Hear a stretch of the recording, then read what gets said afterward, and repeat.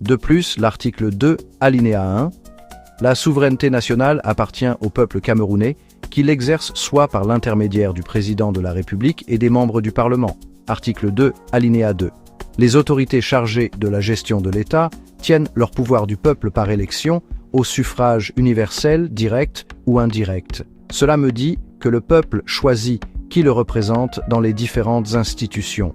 En d'autres termes, un parti qui n'a pas le mandat du peuple ne peut pas constitutionnellement exercer de représentation.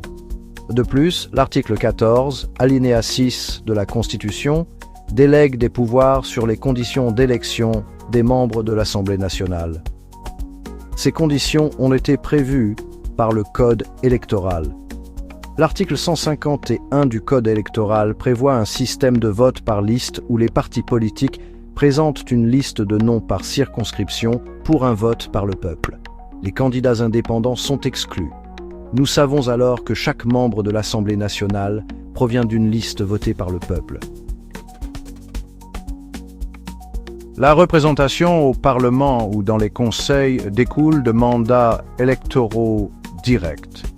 Les individus qui démissionnent d'un parti et s'associent à un autre, par exemple l'alignement de l'honorable Ninche avec le MRC, ne transfèrent pas la représentation institutionnelle à leur nouvelle affiliation.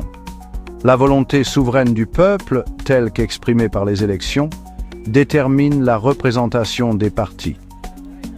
Par conséquent, l'article 121, alinéa 2, est conforme à la Constitution. Prétendre le contraire reviendrait à saper le principe démocratique de la légitimité électorale, privant ainsi le peuple de sa souveraineté.